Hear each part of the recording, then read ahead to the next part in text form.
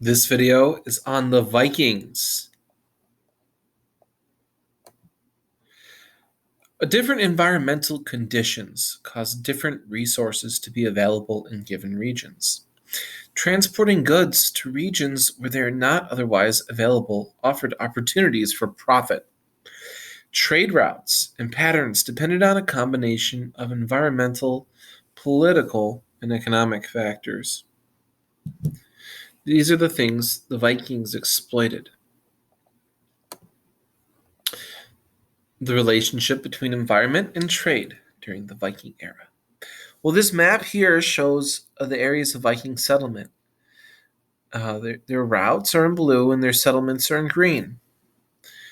We'll see how they depend on the rivers for their transportation. Between the 8th and the 11th century, Scandinavian peoples, often referred to as Vikings, traveled widely, both raiding and trading.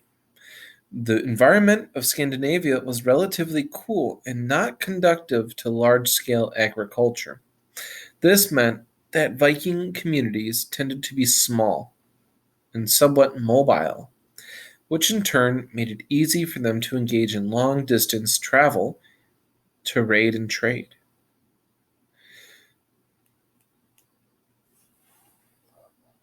Looking at this map, you see for the Viking settlements and routes. Unlike the empires with which they traded, the Vikings were not a single political community, but they did share many cultural traits, such as a common family of Norse language. Goods that are easy to acquire are generally cheap. With the limited transportation technology of the Middle Ages, hauling cheap goods over long distances was not profitable. Luxury goods are items that are rare and expensive. Because of these traits, the ability to buy luxury goods is often connected with social status. You're a rich guy if you own all those diamonds. Which goods are luxury goods is in part determined by the availability of a resource or product in a particular region. If there's not a lot of it, it's worth a lot. If there's a whole lot of it, it's worth less. For example, resources such as timber, amber, and fur were widely available in the Baltic region, the area around the Baltic Sea, during the time of the Vikings. Viking traders obtained these goods from locals, sometimes through trade, sometimes through force, and transported them to markets far south, such as Bulgars or the Kiev in Russia, or even all the way to Constantinople or Baghdad, where these goods were not available locally.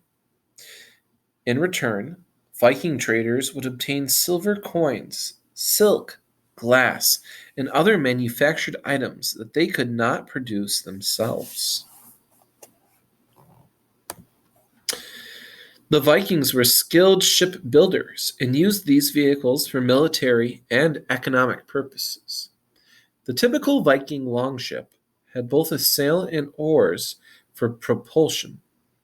It was also very light and had a shallow draft, meaning the bottom of the ship didn't go very deep below the surface of the water.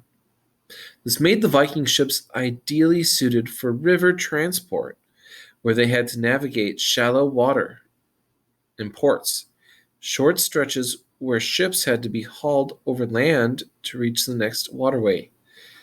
You can see a model of a Viking ship here in the picture. The geography between the Baltic Sea and the Black and Caspian Seas was navigatable almost entirely by river. This gave the Vikings an advantage since they already possessed the technology to exploit the rivers of most direct trade routes. And they were able to use the rivers to get to the largest, wealthiest cities of the 9th century world. Empires were good markets for luxury goods because wealth tended to be concentrated in large cities, meaning lots of potential customers were living in one place. Although both the Byzantine and Abbasid empires were easily accessible to Viking traders from a geographic standpoint, During the period from the 8th century to the 11th century, trade didn't occur at a high volume, and thus traders tended to focus on one place at a time. So, environment was an important trade factor when it came to accessing markets, because it was not the only factor that determined trade routes. Archaeologists have found large deposits of silver coins throughout the Baltic and Scandinavian regions, along the most used trade routes. Many of these coins are from the Abbasid Empire and were made in the late 8th and early 9th centuries. This tells us that the Vikings were trading either directly or indirectly with the Abbasids, whose capital was at Baghdad. In the middle of the 9th century, evidence of Viking traders in Constantinople appeared, while evidence for trade with the Abbasids declined. Again, both empires were geographically accessible, so this shift in focus was probably due to economic and political factors.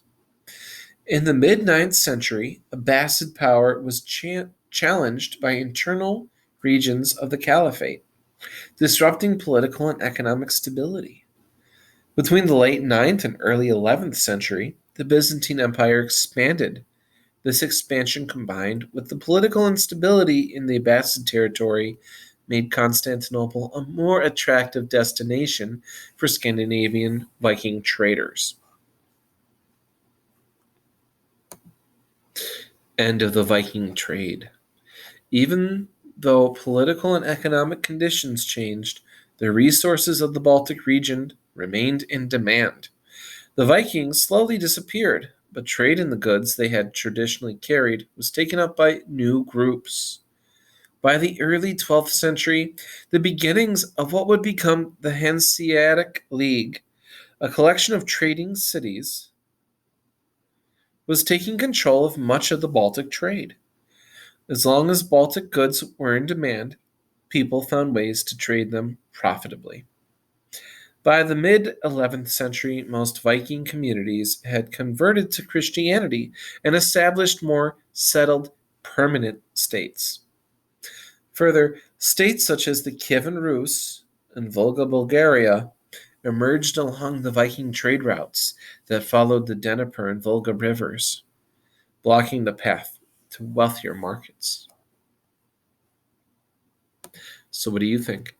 How does the environment affect what goods might be luxury? What was the relationship between technology and trade? What technology did the Vikings use to trade?